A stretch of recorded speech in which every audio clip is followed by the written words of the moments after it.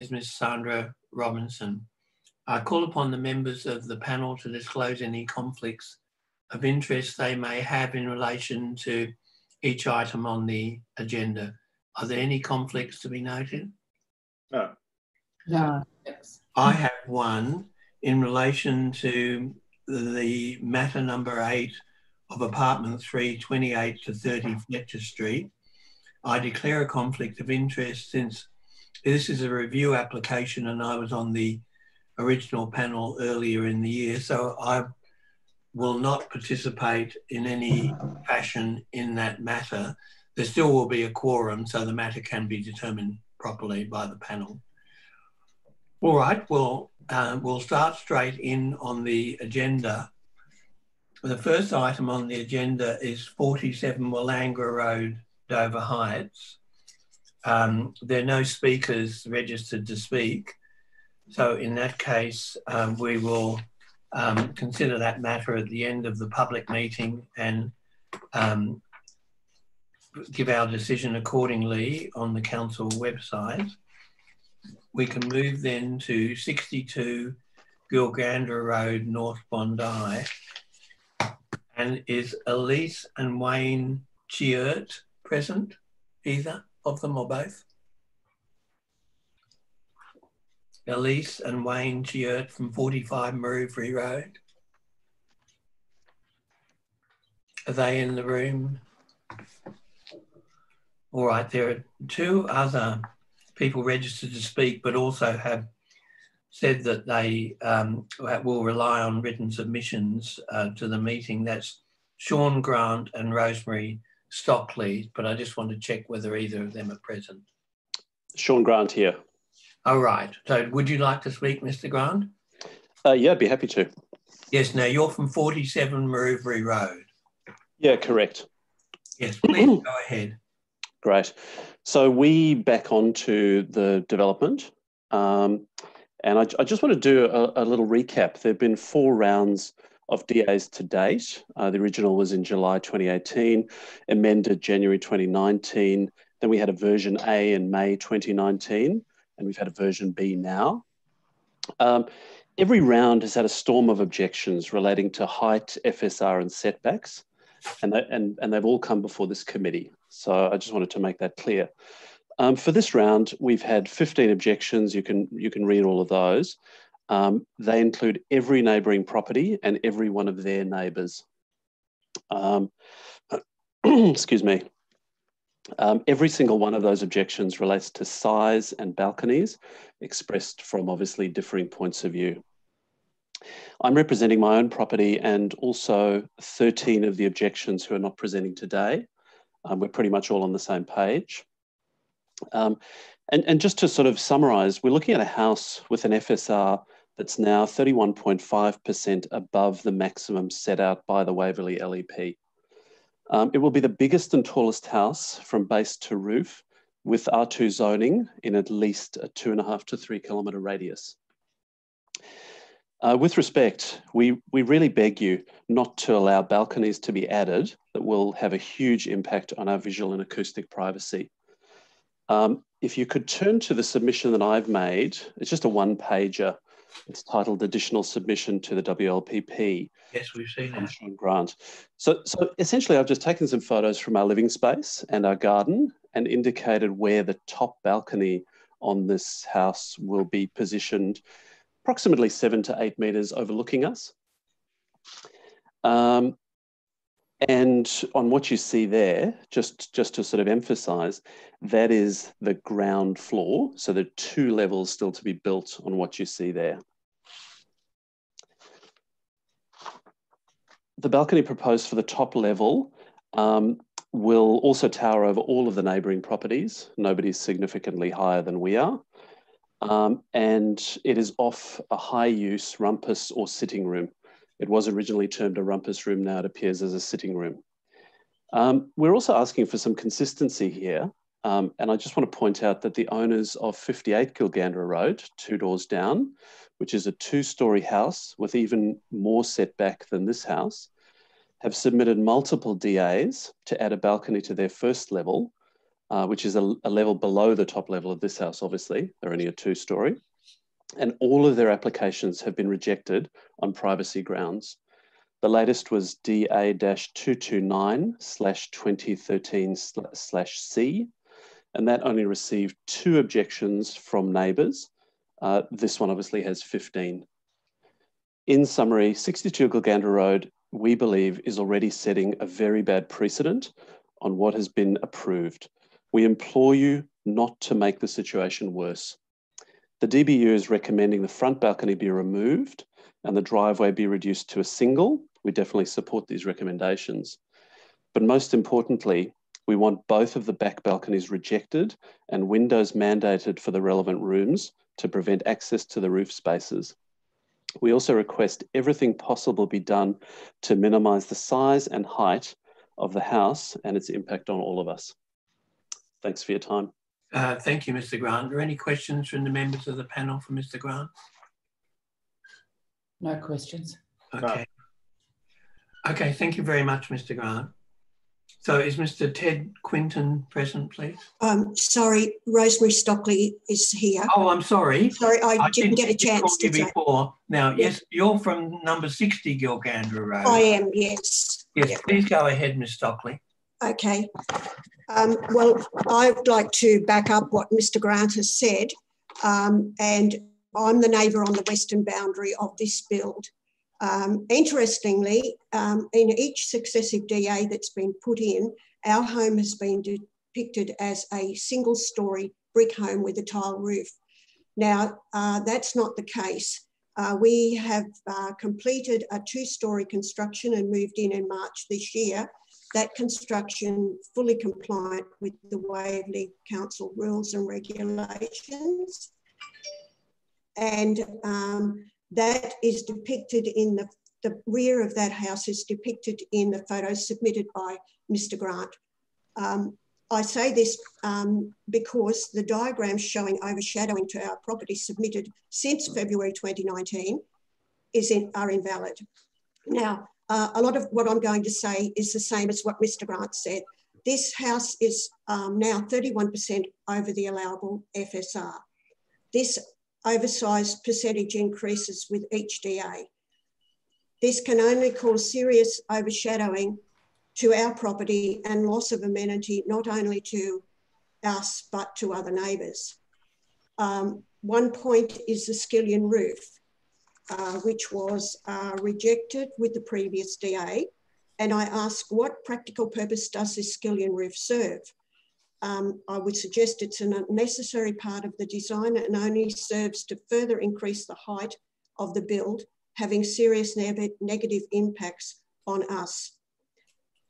So that's the skillion roof. And from Gilgandra Road, this house appears as a 2-storey house. But from the rear, as Mr. Grant said, it's in fact a 3-storey home. And the rear of the houses in Marivary Road and Gilgandra Road is where most of the neighbours spend their daylight hours. And I'd like to question how high the rear of this house will be. As you can see in those photos that Mr. Grant submitted, that part is only the commencement of the ground floor. And there is another level to go on that. So it would appear that this will be much higher than our build and the build at 58, both depicted in those photos. Now, with the slab for the lower ground floor, which was poured some time ago, we felt that it was oversized. And when the council compliance officer, Mr. Ahmed, visited the site on the 20th of July, he wanted access to the site for some reason, but there was no one working that day. But he spoke to us and confirmed that the slab was actually poured oversized. This he'd been advised by the certifier for this build, Mr. George Chidiak. The reason for the overpouring, the certifier advised, was to protect the properties on either side. Now, we're not sure what that means, but we need to be assured that the stretching of approvals does not continue to occur. And as Mr. Grant said, the meeting on the 4th of August, the DBU meeting, recommended the front balcony be removed. And I asked that that be done as well. And also the rear balconies, particularly the one off the Rumpus sitting room, as the structure of the balcony and the opaque glass privacy screens would seriously contribute to loss of light and overshadowing to our property, particularly our living area towards the rear. The DBU recommended that the size of the balcony be reduced, but I asked the panel to uphold the decision following the previous DA and remove all balconies at the rear. It's good to see that the DBU has recommended that the driveways be reduced to a single driveway access, which is the case in most houses in the street. We ask that the panel uphold this decision, as there's a severe problem with parking in North Bondi, as you probably are aware, and particularly in this cul-de-sac. I ask you to finish up, Ms. Stockley, please. Yes, I'm just about to finish. Good. The block at number 62 is the right aspect, has the right aspect. It's north facing, but it is far too small for the build envisaged by the owners. There should be some consistency in development, and I ask that the council uphold this consistency. Thank you. Thank you. Any questions of Ms. Stockley from the panel? No questions. Thank you. Thank you very much. Now, is Mr. Ted Quinton present? Yes, I am. Good afternoon. Hello. I can't see you yet, but... Okay. It might be my camera, I'm not sure, but as long as you can hear me. Can you... I can hear you. Yeah, I can see you now too. Okay, great. So your name is Ted Quinton. You're from MASQ Architects on behalf of the applicant. Yes, that's correct. Thank you. And I just want to talk firstly about the front balcony. I have a couple of issues I'd like to clarify. And of course, I remind the panel that we're only talking about the section 455. The building has been approved. And just to note as well that this section 455 has not asked for any additional height or setbacks or anything like that. Minor modification to the skillion roof, which allows for north sun to come into the south facing bedroom. So that's the reason for having that skillion roof there in the first place from the very early approval as a passive solar element. Nothing else has really changed except for minor modifications to windows and so forth. Now, the front balcony has been a bit of an issue, and I read the statement in the report as a bit contradictory, because I'd like to bring to the panel's attention that that balcony is actually contained wholly within the space that's already been approved for the building. It's between the raised planter, which contains a garden and the OSD tank, and the existing wall of the house. Now, in the first section 455, DA 216/2018A, the awning and the nibbles were approved. So we're not. So the report says that we're going forward of the approved line, and I'd like to draw to your attention that we are not pushing that balcony forward. And by the way, it really is just a Juliet balcony. This is not really a place where someone, there's entertainment going on. It's a balcony of 900 millimeters. It's acceptable within the street scape, which is what the report said anyway. But I think the report is erroneous in saying that we're actually pushing forward of the approved building line, because it's a space that is already contained within what has been approved. And I think that's causing a bit of misunderstanding. So I'd like for the panel to have a look at that and hopefully clarify that, because I think the balcony should be supported because it is not encroaching into the front setback. Additionally, the building is still further back than adjoining neighbours ever were and currently are. So I don't think we're doing anything untoward there by requesting a Juliet balcony that in principle articulates and really helps the street facade anyway, and is in essence only a Juliet balcony anyway. We accept the conditions for the top terrace. We accept pretty much all the conditions. just on the swimming pool, that's been sort of going backwards and forwards. I only want to state that we're more than happy to mark on the plans a 900mm setback from the eastern and the rear boundary, which I think has already been on the plans, but I just want to kind of, you know, endorse that and make sure that that is clear. And I just want to very quickly talk about the rear pergola or the roof structure over the deck area. Now, that whole lower level is effectively below ground. And so we have a privacy issue when looking back up towards 64 Gilgandra Road and for 64 Gilgandra Road looking back down onto the site. So the idea for the roof terrace was actually to provide privacy. Of course, we acknowledge that it sits within the rear setback zone. We acknowledge that. However, we ask the panel to consider this as, I suppose, an anomaly to a normal situation where the lower ground level is far below the adjoining neighbour, which we have an inherent privacy issue for both neighbours. That's the idea of having the roof structure.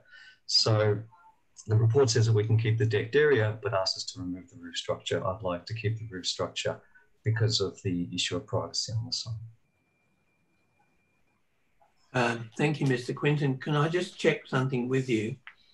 I'm looking at page 88 of the papers where there are these conditions relating to the partly to the first floor balcony, for example. Yes. Which of these you said that generally you accepted the conditions, but I want to know specifically which ones you're disputing and which ones you're not. So there's three conditions there, C, D and E. Yep, D. The front first floor balcony and all associated works, including the balustrade alteration. So that's D. That's correct. That's disputed. Yes. And the other two, E and C? Well, we're disputing C, but not disputing E. Disputing C, but E is not being disputed. That's correct. Okay. I just wanted to know that. Sorry, I didn't make that clear. No, that's okay. Now, are there any questions of Mr. Quinton from the members of the panel, please? Yes, Mr. Chair, Sandra Robinson. Mr. Quinton, the condition E asks for the rear balcony to reduce to 10 metres square. How big is the balcony as drawn on the plan? Good question. And how deep, actually? It goes about 2 metres deep, and the width of the building, which is about, it's about 12 square metres, I think. So it's a fairly small... It is fairly small at the back, yeah. No, so, fairly small reduction that's been asked of you. Yeah. Well, you can see that what we tried to do originally was be as reasonable as possible, even put a screen at the front, because taking on Mr. Grant's concerns from way back.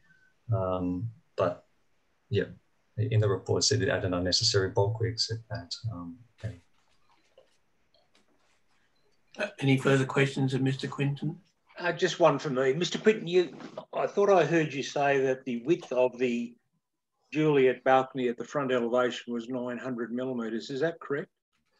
Look, it's rough 900. I only have PDFs in front of me, not my CAD drawings. But I mean, I've got the A3s and I've just scaled the A3 and it said 500 millimetres. Yeah, look, yes, it's a Juliet balcony. It's not yes. Any further questions? No questions. Thank you, Mr. Quinton. Oh, sorry, Ms. Morris, did you have a question? No, I was just saying no questions. That's okay. Fine. Thanks. Thank you, Mr. Quinton. So at the conclusion of the public meeting, we will consider this and the other matters in the agenda and notify our decision on the council website as soon as may be possible. We can move on then to 15 Francis Street, Bondi Beach. And there are two speakers, Mr. Lee Cosnetta, a planning consultant, and Mr. Charles Finkelstein. Who wants to go first? Good morning, Chair. I'm happy to speak first if you like. Okay, so just for the record, it's Lee Cosnetta, planning consultant on behalf of the applicant. Thank you, Chair. And I'm sitting today in the architect's office. I have Patrick Nicholas beside me if there's any questions that I can't answer. Right, thank you.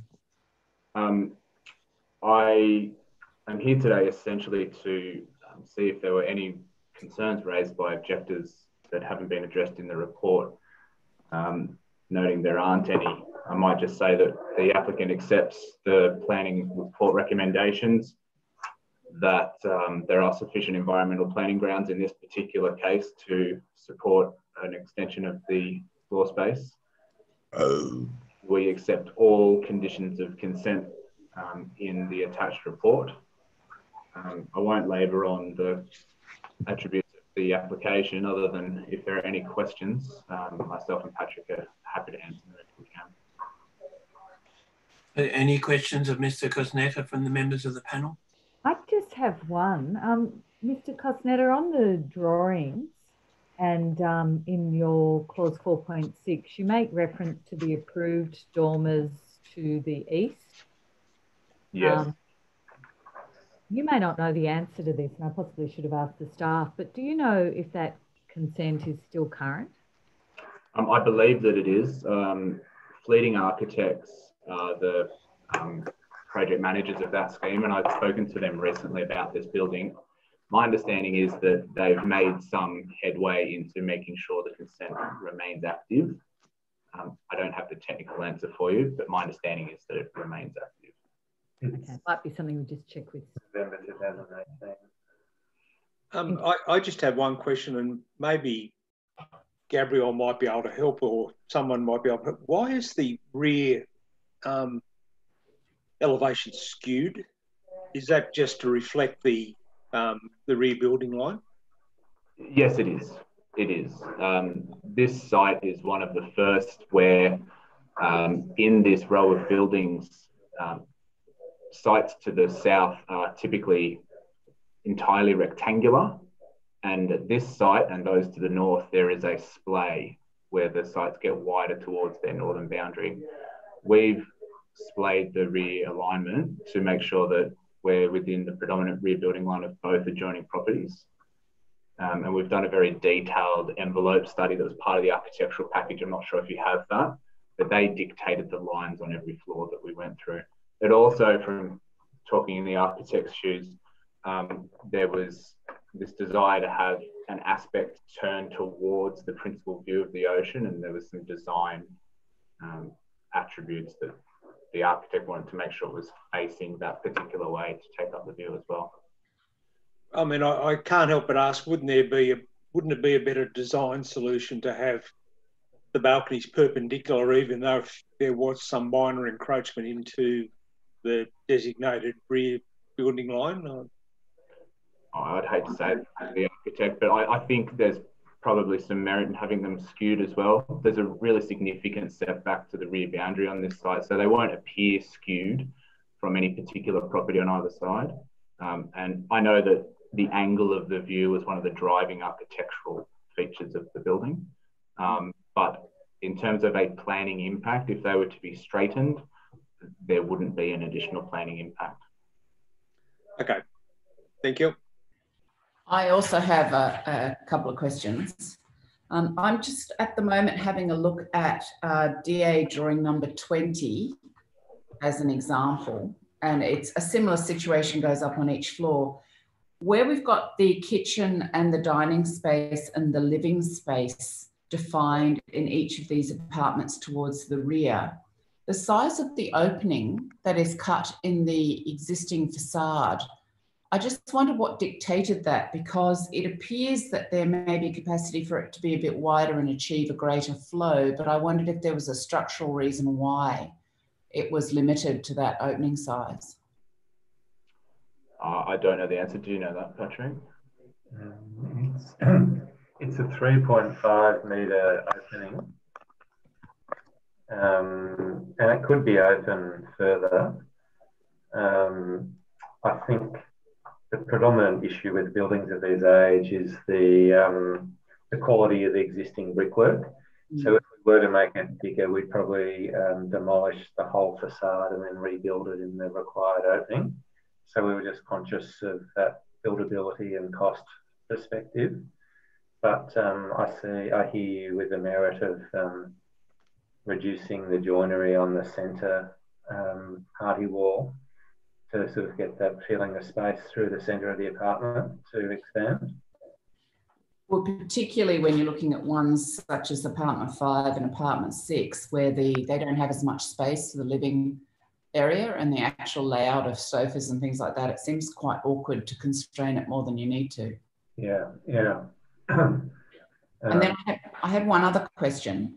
I noticed that you've got an architectural sort of facade articulation feature in the rear when you're looking at the lower ground floor, which is a kind of curved form that's coming in, but it doesn't continue up on the balconies on the floor above, the 2 floors above. And I just wondered why that hadn't occurred to keep it as a clean architectural expression. That centre element is really beneficial on the lower levels, and it's something our practice has used before because there's the communal open space on the lower garden, and also we've got the private open space, so that when you're in your own private open space, you don't get to look right back into the neighbouring apartment. Yep. But as you rise up through the building, what we've used that there's a void, and so the expression of the wishbone type structure is expressed in the void, which is cut out in the balconies. And it also means that, say, for example, on DA22, the apartment 7 gets to sort of look at the view, and it sort of channels that apartment towards the views. But on the CGI that we've developed on the rear, I think it's quite a balanced facade, and the language adapts to suit the different levels, And I think that sort of reflects the plan on each level. It's just when you look at DA6, which is where your CGI is, it seems unfortunate that the balcony protrudes into that wishbone space rather than allowing it to be expressed cleanly. It kind of erodes the strength of the geometry of it. Yeah. Well, I think if you did have it on all levels, you would pretty much block a third of your view of the beach. And we've spent a lot of time with view sharing throughout the process, all the apartments to the side and the apartments to the rear, that we wanted to capitalise on that. So if I was to make a suggestion, we'd probably delete it on the lower ground floor in order to have an elegant facade across 3 levels, if that was the preference, rather than include it on the upper 2 floors. So there was an asymmetry to it, and it's nearly like it's like the blinkers on the horses, Sure. I'm not sure I quite understand your comment regarding the views, because I'm not suggesting that you'd necessarily put a solid wall on the other side of the wishbone. It's more that you would pull back the balcony itself so it doesn't go across that shape. And that there'd be a void all the way through. Yeah. Because I think the other trick is that it's sort of floor to floor privacy. I'm just sort of looking at it now, in between each of the balcony levels. Mm-hmm. So by pushing it, setting it, by cutting the balcony back and having the balustrade on one side of the wishbone, you essentially can look down and hear everyone through the side on the level below. Whereas predominantly that's something that the ABG is discouraging of. It's not going to be much different from looking over the balustrade down into the courtyard for the rest of the balcony. Yeah. Because they'd all cut back together. Anyway, that's all right. I understand why you've done it. Yeah. And it's also sort of, we're wanting to foster that green space in the centre. So, I think it's also nice that there's a sort of there's a semi-asymmetry to the centre of it. So we like to think that there's a balanced asymmetry, that the right-hand side is legible by 2 steel columns, and there's the middle, there's the void at the top, and you get to see the shadow it's ironic that the soffits of these balconies is what you see more so than anything else from the rear garden. So it's that one-sided curve into the wishbone is what sort of we were going for. Does that explain as well? Oh, it explains why you've done it, certainly. Thank you. Thank you. I didn't have any other questions. Are there any further questions from the members of the panel? No. Mr. Cosnetta, does the owner wish to speak, Mr. Finkelstein? I don't think so, no, Chair. All right, thank you.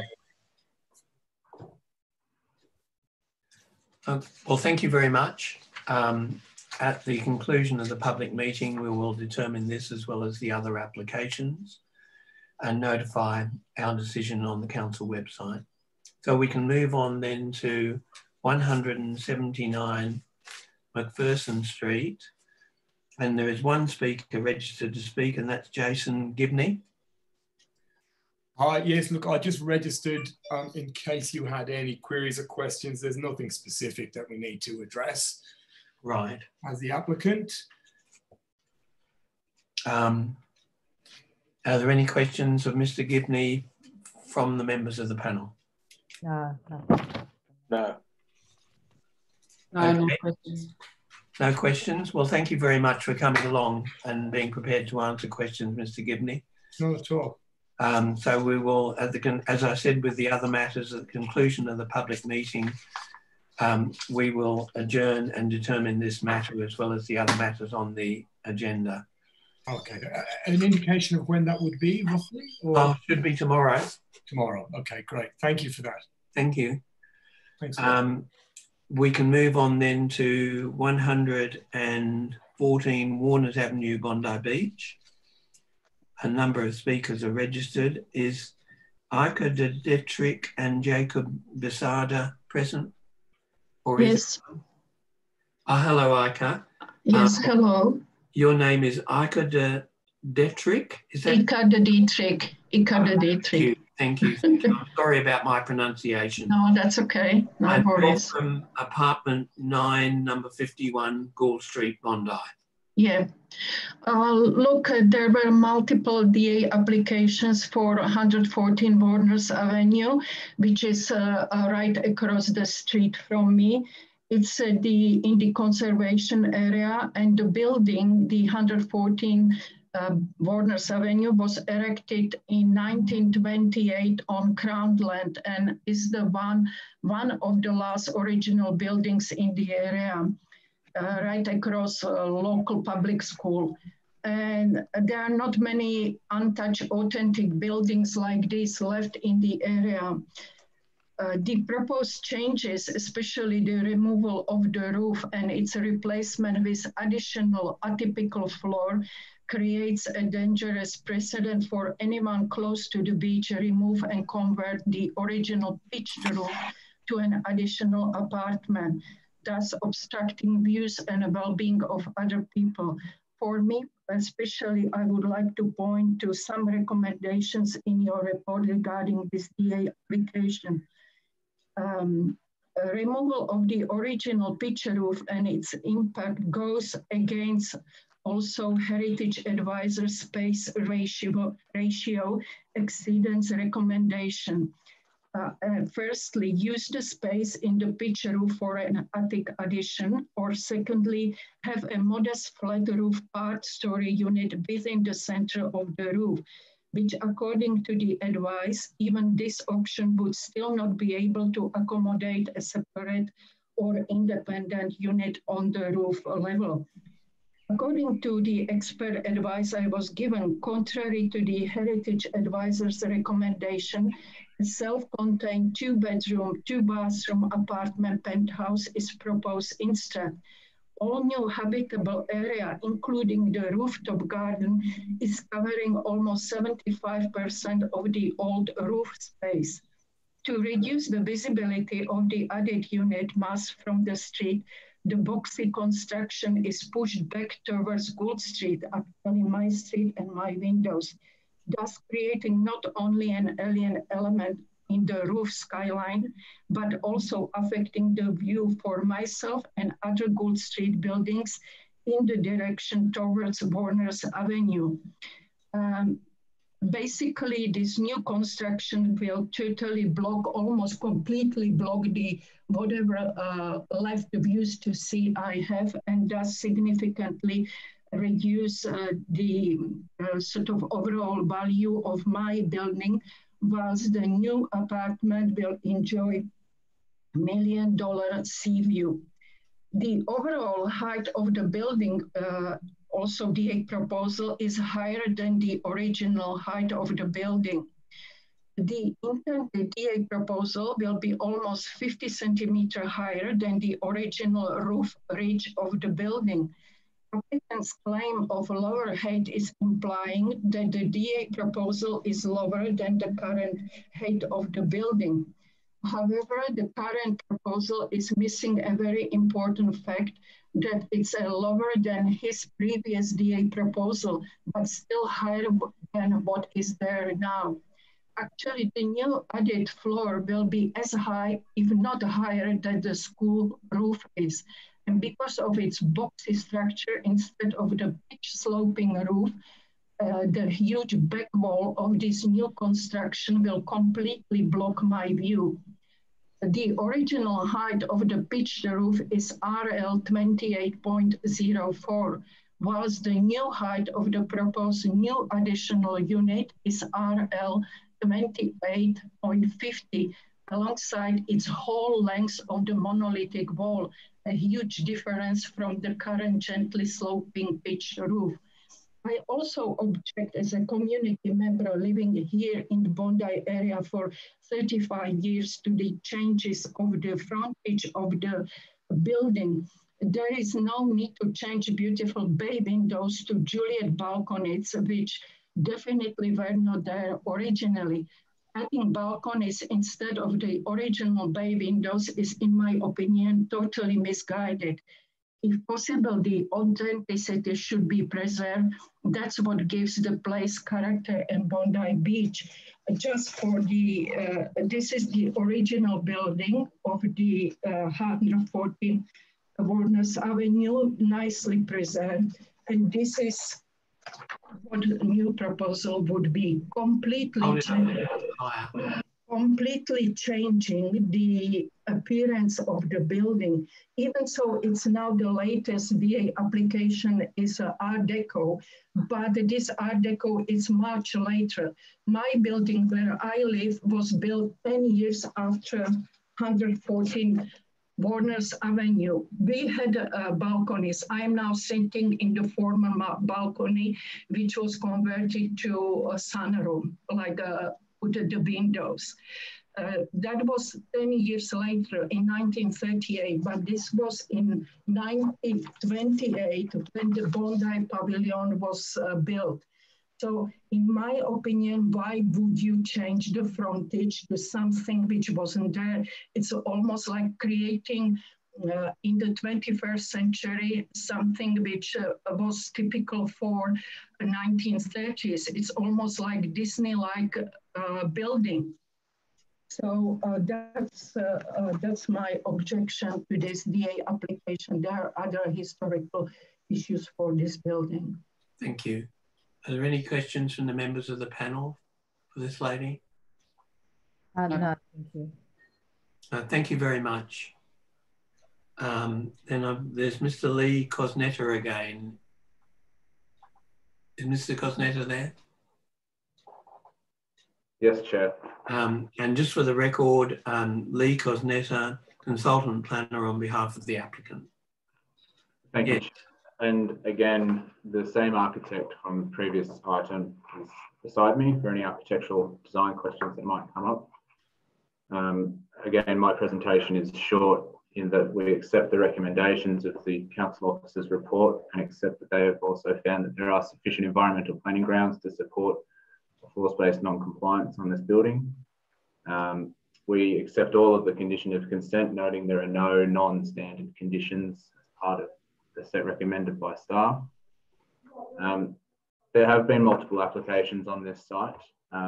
One was with council prior to my involvement for a number of months, sometime over a year, that was for a far more expansive addition to this building. That was withdrawn at my recommendation, and New Architects and myself were appointed to try to bring a loving restoration to this building. I'm genuinely confident that we've done a really good service to this building. We've taken a frontage that the council's heritage officer and urban design officers had a mishmash of various interwar styles and lacked cohesion. We're looking to bring back a cohesive front facade. We looked to the precedent around the corner at 30 Ramsgate Avenue, which is on the cover page of the council's interwar flat building heritage policy. It's a very similar building, and our design is far more restrained than the additions on that building, but draws on some of the desires from council to work with these old buildings, see where they can be improved, and work to increase the amenity for all the units. We think if this sets a precedent, that it would be an excellent one for buildings in Bondi, given that it's quite compliant and within the building envelope controls expectations in the DCP. We worked very hard to deal with the view issue from the objector's property, and irrespective of the levels that were discussed, there is a view study in the architectural package that demonstrates that there is zero impact upon this property because of a roof in the background from the school building. That's not true. I think I might leave it there. If there's any questions for myself or Patrick, we're happy to answer them. Yeah, any questions either of Mr. Cosnetta or the architect in relation to this application from the members of the panel? I have just one question, and this could be to Mr. Cosnetta or the architect, but the removal of the bay windows, is that one of the elements that you said provided a mishmash of features for that style of interwar building? Yes, it was. And it was one identified by council's heritage advisor early on. We worked with keeping them, we worked with removing them entirely. And this was the design aesthetic sort of agreed on with council in a way to bring a singular architectural language to the front of the building. But it's one of many features that draws from completely different eras in the interwar period. And we think they're removals for the front of this building to try and bring a singular palette.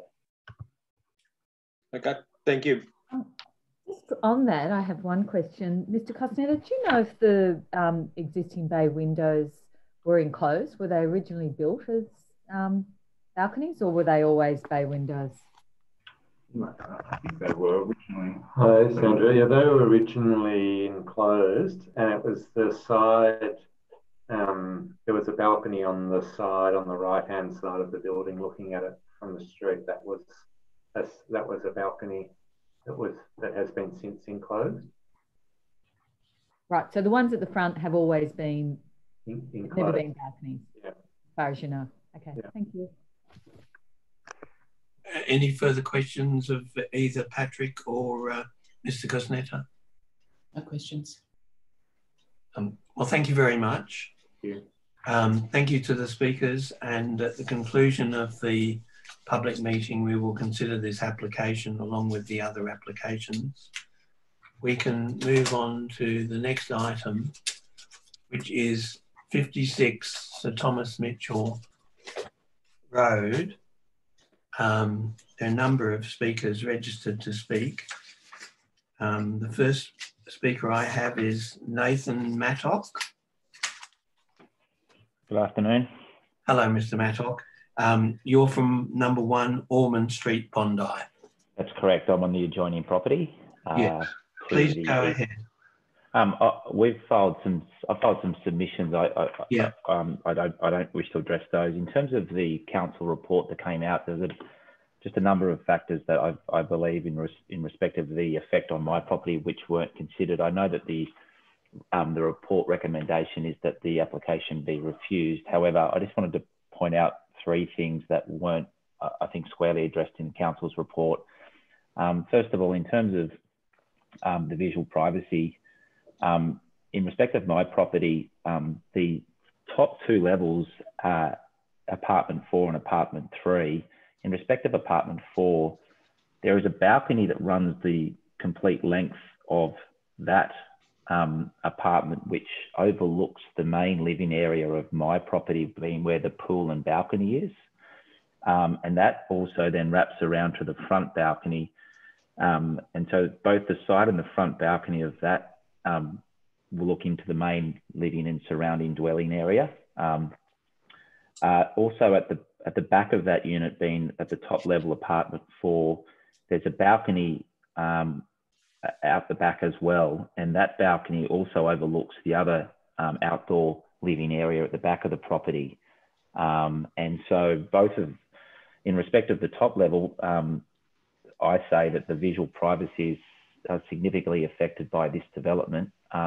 In terms of the current property that there is no overlooking of any aspects of the current property into those living areas of my property.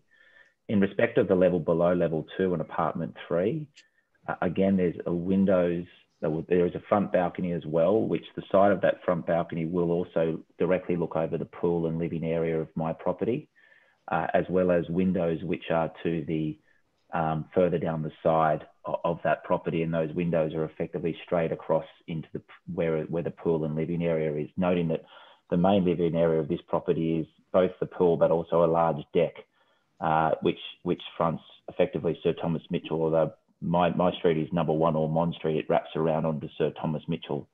And so I say, in respect of the visual privacy of this development, there's a significant impact onto my property, and that's the principal area of private open space into my property. That's my first point. In second point, and it flows through effectively from the size and the bulk of the building and the shadowing.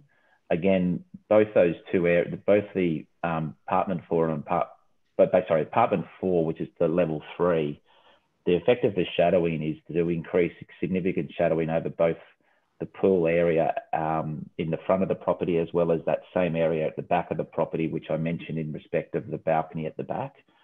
And again, the shadowing diagrams have shown that, but again, I didn't see any real reference to that as an effect on the property completely. So they're the main two issues that affect mine, which I believe weren't addressed properly. I think not properly, couldn't see were addressed in the report. And the only other thing I wanted to mention is this property is an R2 low density residential area. All of the comparisons made in this development application were in respect of an R3 medium density, so that in this application where there were any comparative properties used as to why this development should proceed, it was in respect of a different zoning. And I think that indicates the nature of this development application to be way outside the scope and nature of what are the R2 low density residential properties in this area. That's all I have to say. Thank you, Mr. Matlock. Any questions of Mr. Matlock? No question. Thank you very much. Thanks for your time. Rebecca Wallace is the next speaker.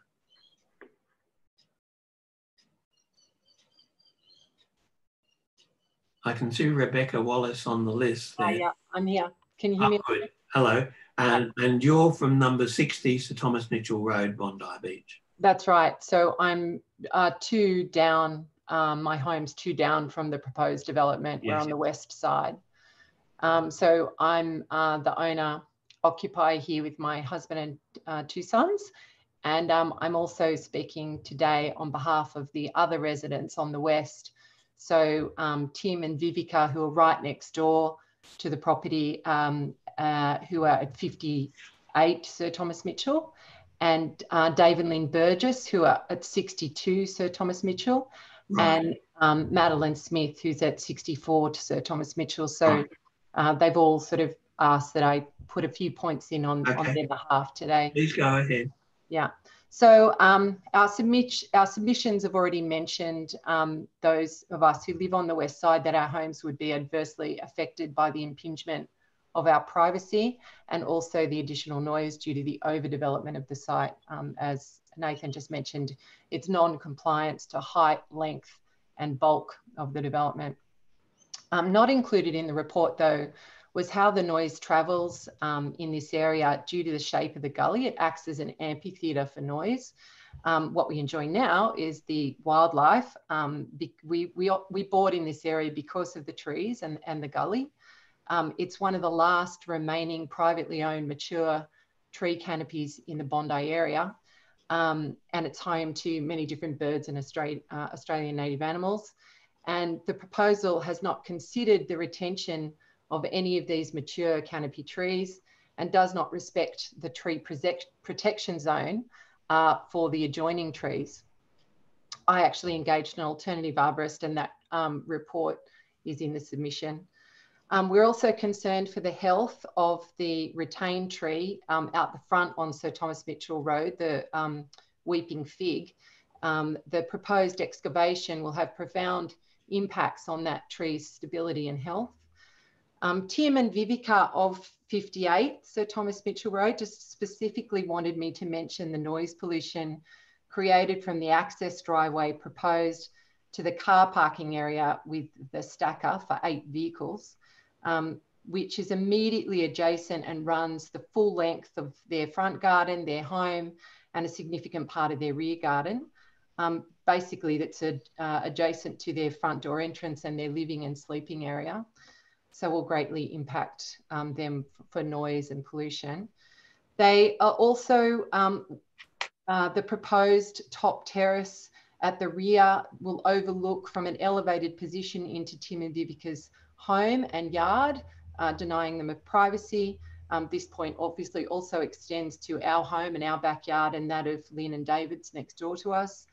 And finally, Tim asked me to mention the substantial historical sandstone retaining dry walls of the O'Brien estate from the mid-1800s. These walls are on the boundary and there's no reference to them in the DA to these historic dry walls and how they will be preserved. Louise and David Burgess from 62 specifically asked me to mention the scale and the design of the building being totally out of character with our street. The extra height that the developer has applied for post-original DA makes the development even more out of character and has significant impacts on the residents in the area.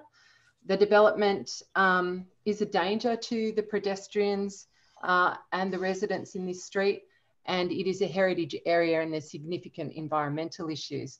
And finally, just a few comments from Madeline Smith, who is the body corporate chair for 64 St Thomas Mitchell Road. She's concerned also regarding the loss of trees, specifically the large native bunya bunya pine that's over 100 years old. The loss of privacy due to the size of the building and the loss of the trees makes the neighbours' properties more exposed. The additional occupancy equaling more traffic on the street and particularly on this very dangerous corner of Ormond and St Thomas Mitchell Road. And 4 new terrace balconies that have not previously been there will obviously add to noise pollution and lack of privacy. And she also has concerns about the car stacker. So in summary, from our neighbours on the west, and obviously there were over 20 submissions of objection to this development. We're very concerned about the long-term negative impact that this proposed development in its size and lack of regard for the neighbourhood and the vegetation really shows the developer's interest in profit and not well-being of the Bondi residents. Thanks. Thank you. Any questions of Ms. Wallace from the members of the panel? No questions. No, thank you. Thank you very much. The next speaker is Christian Holly. Yes, Mr. Chairman, can you hear me? Yes, I can. Now, you're from number 61 Francis Street. That is right. And yeah, so I'm speaking on behalf, I don't know whether my camera works, but... well, we can hear you anyway, so... Thank you. So I'm speaking on behalf of myself and my wife and my 3 children who live in 61 Francis Street. If you familiarize yourself with the surrounding, Francis Street is higher than Sir Thomas Mitchell, and there's a whole row of houses who look down at the site in question on Sir Thomas Mitchell. And I'm actually speaking, and sorry if this is somewhat repetitive, for a whole range of neighbors from 11 Ormond Street to Francis Street 55 and 53, Francis Street 59, 63, 2 apartments in 65 and 2 apartments in 67. These are only the residents in Francis Street who specifically kind of instructed me kind of to speak on their behalf as well in kind of opposing this development as we are kind of affected neighbors. The area behind our houses is really a unique area, as my two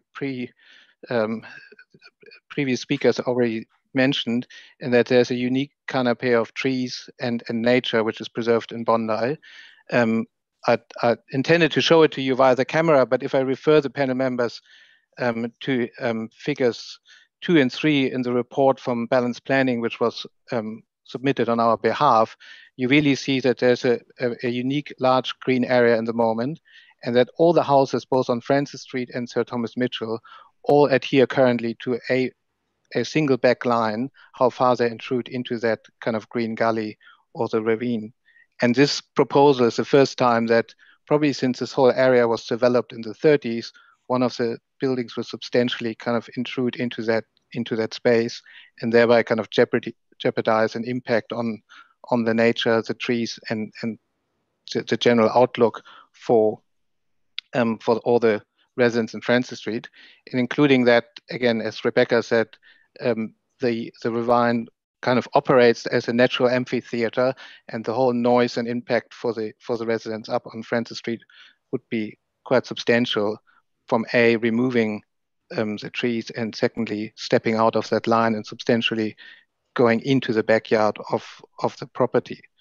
And as both, I mean, the council recognized that in its report, but we lodged a submission as well, pointing to the legal kind of point that there is no existing use rights we think the applicant can apply or based its proposal on stepping outside the planning kind of guidelines and framework which exist for the area, on the basis that the new proposal is substantially beyond what is currently there in size and coverage of the property.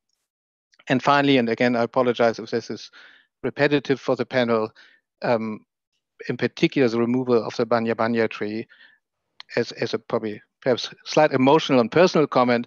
I find it amazing that somebody can put that proposal forward in this day and age. This is a tree which is there over 100 years.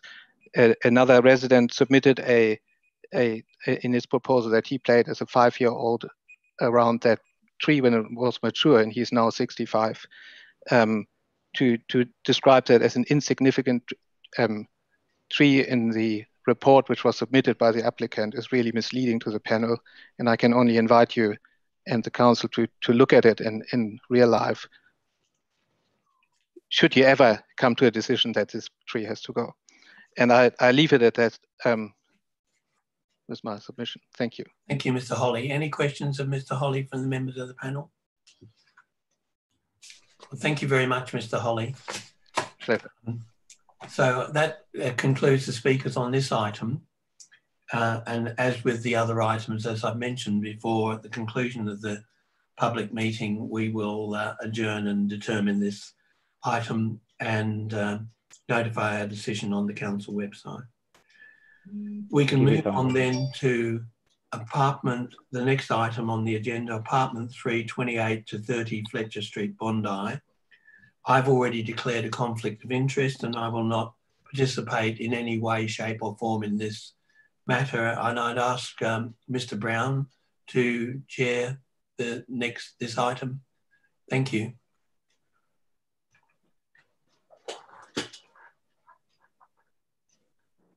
You're on mute, Graham.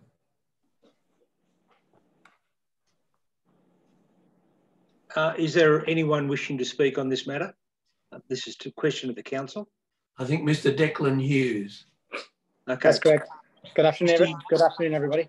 Mr. Hughes, you're the applicant in these proceedings? Yes, I am. Of this matter, I'm sorry. Would you like to let the panel know what your views on this are? Thank you. Yes, I would. Just to check out, when is this meeting scheduled to finish? I think when it finishes. Okay. You've got 3 minutes to state your case. Okay, so we have adequate time. Okay, good. Well, look, firstly, thank you for allowing me time to speak today.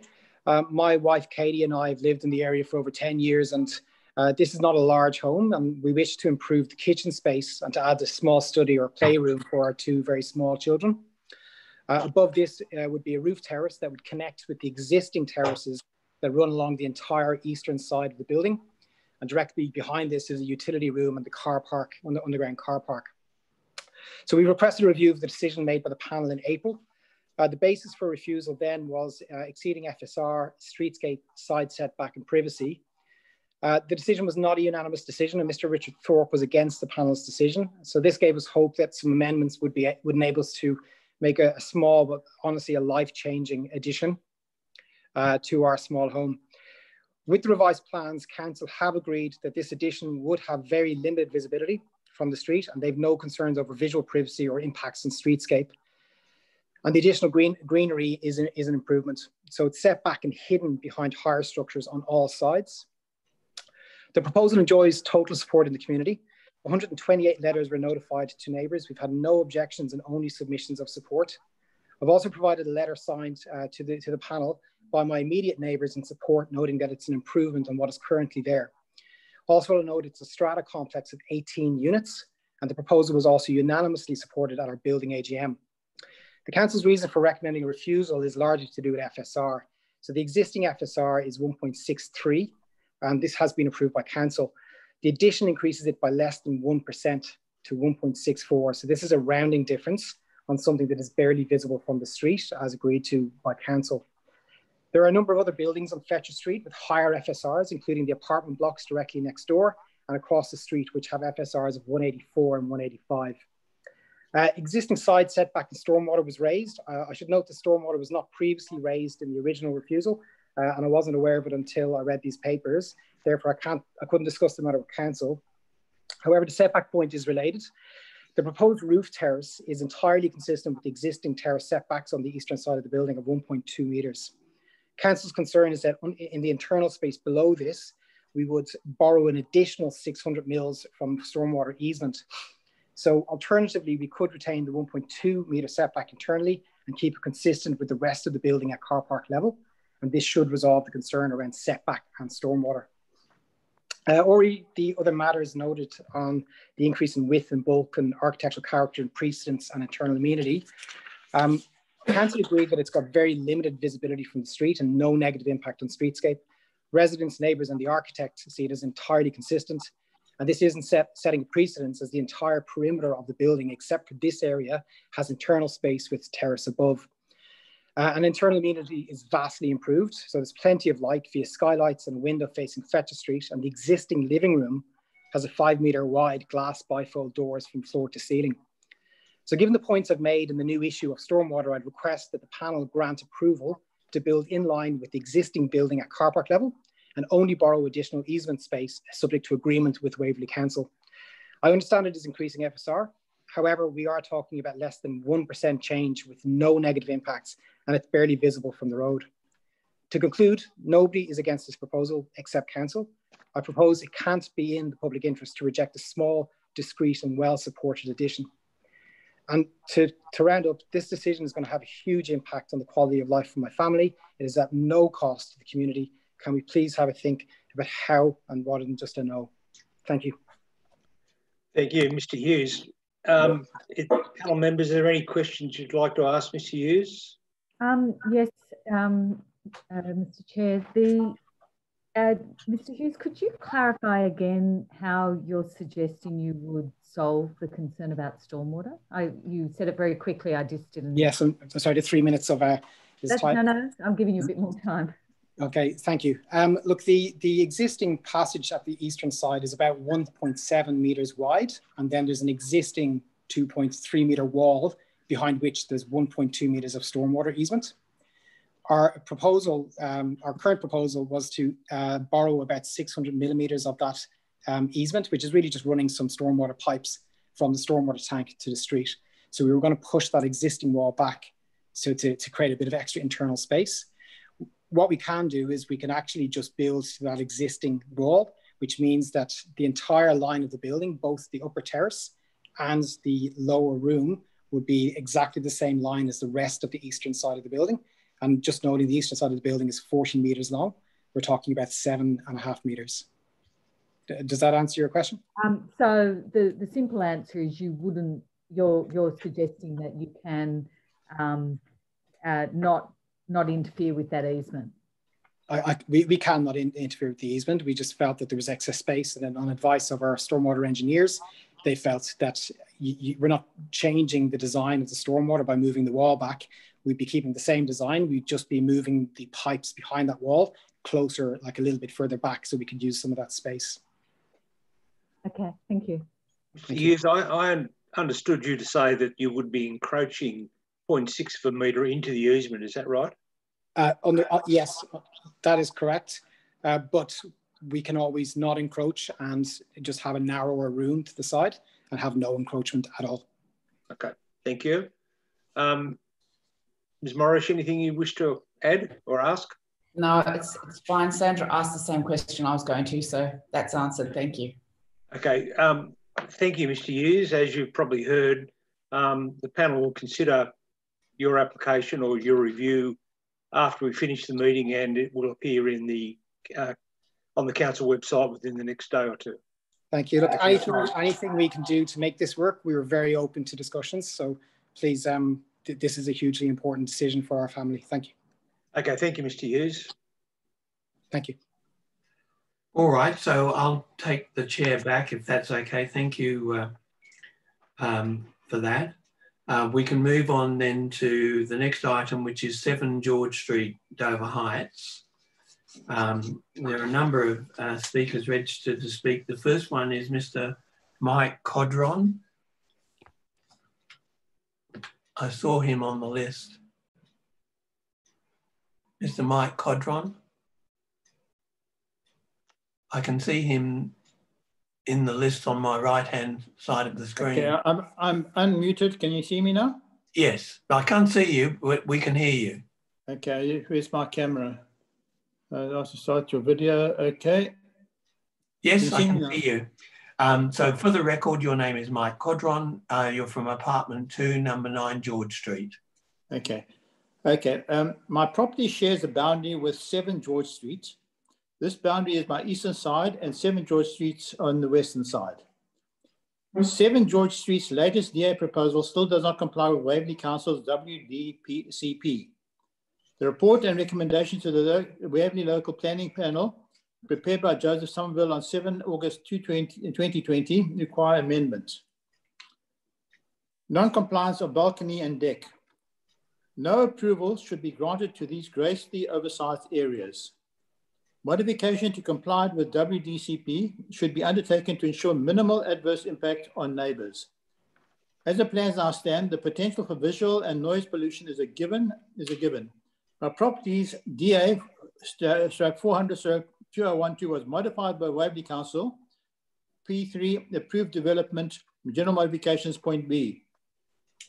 Council insisted that the rear balcony be reduced and in depth, and I now have an 800.5 square meters balcony.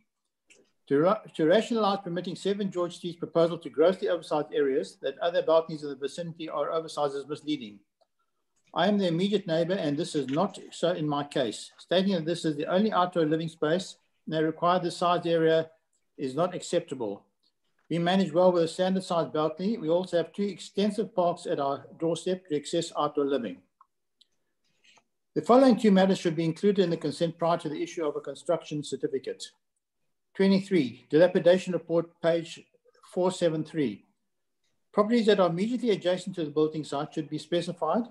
I request that 9 George Street be itemized and a mandatory dilapidation report be completed. Landscaping and trees, 19, page 471.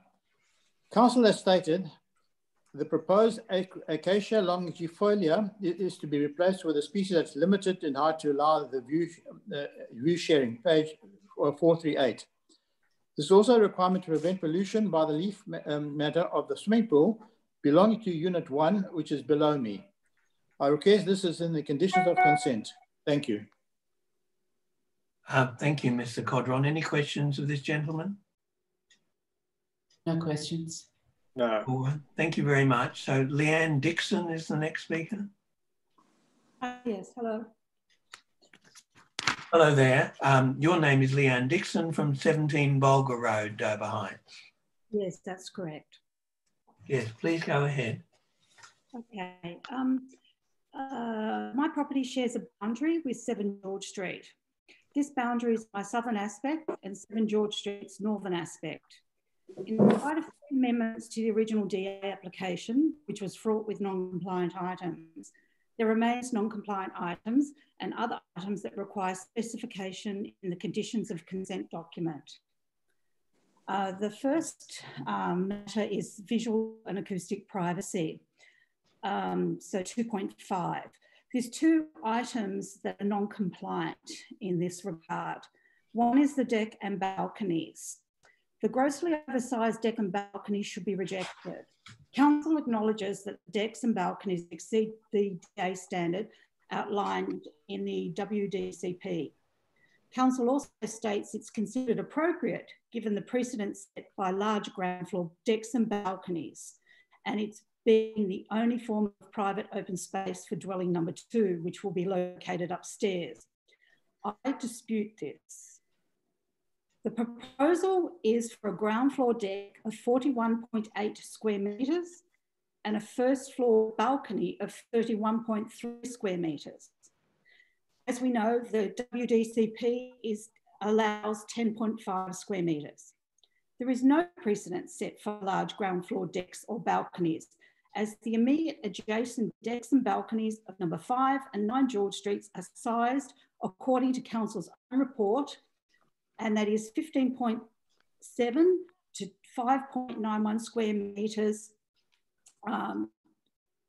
Now, to suggest there is a precedence for grossly oversized balconies is untrue. Now, both number 5 and 9 George Street had amendments to their DAs in recent years, and this was to comply more appropriately to the WDCP in regards to their balcony sizes. If the size of these balconies were deemed enough outdoor living space for the occupants of both 5 and 9 George Street, it is a reasonable expectation that 7 George Street also comply. Open space should not take precedence for over-compliance. Item number 2, again, relates to this area, and it's to do with the windows and balconies of the proposed first floor dwelling. They directly will face my habitable rooms and outdoor space. This was not considered by Council, nor the architect. Privacy screens on the balcony should be installed. For example, screening that is stackable or non-solid and louvered could be used. And when entertaining, screening could be closed to ensure privacy and noise containment. The view would be maintained by utilising some sort of louvered screen. The balcony structure should be either louvered or solid, not glass, and this would prevent the occupants looking directly down and into our property, and also the proposed unit below and their green space. Conditions of consent. These items require specification in the compliance document, please. And exactly what Mr. Codron listed. One is the landscaping of the trees, and it was stated in the introduction by Council that the longfolia will be replaced by something more appropriate in height. Please, can we document this in the compliance? And it's not only for the view sharing and the pollution of our trees, but it's also for the overshadowing of my pool. Now, I've had a fractured spine. I use that pool all the time, and we try and minimise the heating of that pool. And if I have an overshadowing tree, that's going to cause problems for me with the warmth of the pool. And the other thing that Mr. Codron highlighted, the dilapidation report, I request that number 17 Bulga Road be itemised and a mandatory dilapidation report be attended to. Just saying that that it is up to who the builder believes is may be affected, I do not think is specific enough. So thank you very much for your time. Thank you, Ms. Dixon. Any questions of Ms. Dixon? No questions. No questions. Thank you. So the next speaker is Mr. Zev Mekler.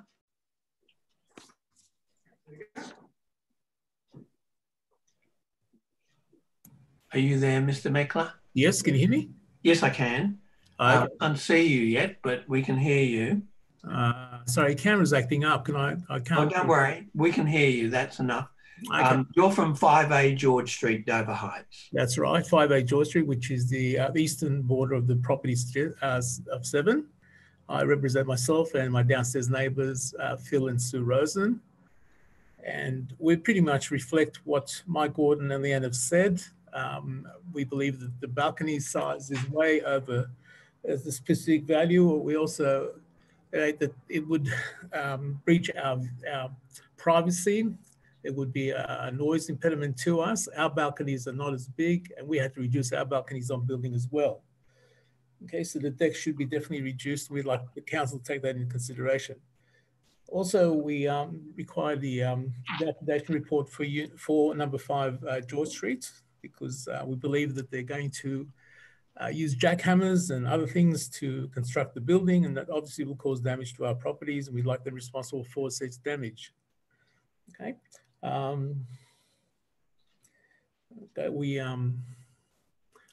We'd like the plants available for not to be hazardous to the surrounding pools and gardens.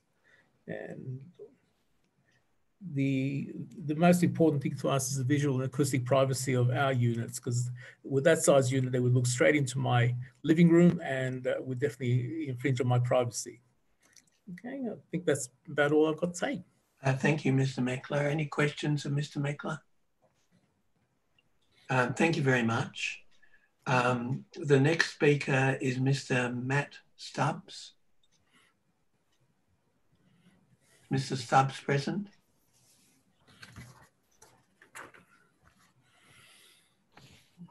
Rosalina, can you tell me whether Mr. Matt Stubbs is in the room? He's left the meeting. Oh, well, he's left the meeting. He's missed out on speaking. All right. In that case, at the conclusion of the meeting, public meeting, we will determine this application and notify our decision on the council website. That brings us to the last item on the agenda, which is the Bronte Park Reserve at Bronte Beach. There's one speaker registered to speak, and that's Sharon Cassidy. Hi. Are you there, Sharon? Yes, I'm here. So for the record, you are the Executive Manager Major Projects for the Council. That's right, yes. Yes, please go ahead. Thank you. Thanks for the opportunity to speak today. I'll keep it brief because I know you've got a long afternoon ahead of you. As Paul said, I'm the Executive Manager Major Projects. My team delivers the majority of Council's capital works projects. We're really happy to be at this key planning stage for the South Bronte Amenities and Community Centre project before you today. I just wanted to highlight a few key things, and if there was any questions, happy to try and answer them. The site's on Crown land under our management as council. The current building was built in 1979. There's 2 community rooms in the building, which we will be replacing in the new building. They are leased to the Bronte Beach Community Centre Group, which incorporates 5 swim clubs, which are available for all members of the public to be members of. The building is used by those community groups every day, every year, through winter and summer for swimming. And then obviously these amenities too. The Bronte Park and Beach Plan of Management, or the POM, identified the following refurbishment requirements for the centre. Key was an accessible toilet and shower with baby change, which doesn't have at the moment, an ambulance toilet and shower, level access into the building, the amenities and the club rooms, and an accessible viewing area on the top of the building, and for the building to be environmentally sustainable. So that's what we've targeted in this redevelopment. We looked at refurbishment, but in terms of cost and the outcomes, the rebuilding was the better option, which is what we've gone for.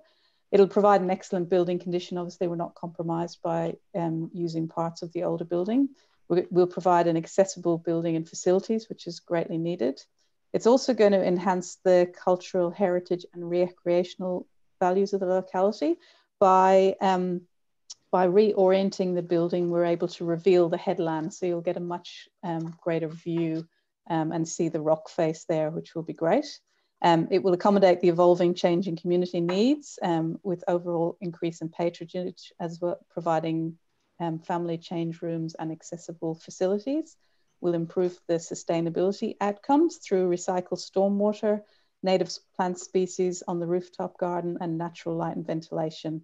And we're also improving the coastal risk inundation, which is key in the way that we are designing the access into the amenities and the community rooms and the orientation. Lastly, we've had 3 stages of community consultation on this project, both pre and then 2 during the concept design development. So that's just a little bit of an overview. Happy to answer any questions if you have them. Thank you, Ms. Cassidy. Are there any questions from the members of the panel? I just had one question. The assessment report notes that the new building has an area of 164 metres squared. Do you know what the area of the existing building is? This new building is? I don't have that right in front of me. I mean, there was a greater than 10% increase, which was outlined in the POM, I know. A lot of that was so that we could maintain the existing size of the community rooms, but also add in the accessible toilet and the family change room. But in terms of footprint, we're not increased that much because we've sort of tucked right up into the rock area. So yes, we have increased FSR, but not so much in the footprint area. In objections was that it's larger than the existing building, and I just wanted a numerical comparison. Yeah, I don't have it in front of me right now, so okay, I can certainly provide it via email if needed. Are there any further questions of Ms. Cassidy? No questions. No. Well, thank you very much indeed, and thank you for coming along. That's okay. It might be an idea if you could just email to, I guess, Rosalina COC that statistic so that we have it for this afternoon's meeting. I can do that. No problem. Yeah, I'll do that now. Okay. All right, and I think that concludes the agenda for the public meeting. So therefore, I will close the public meeting at 1:24 p.m. and we'll resume our meeting at 2 p.m. And I think we've got a new Zoom password for that meeting. All right, so we'll see you all.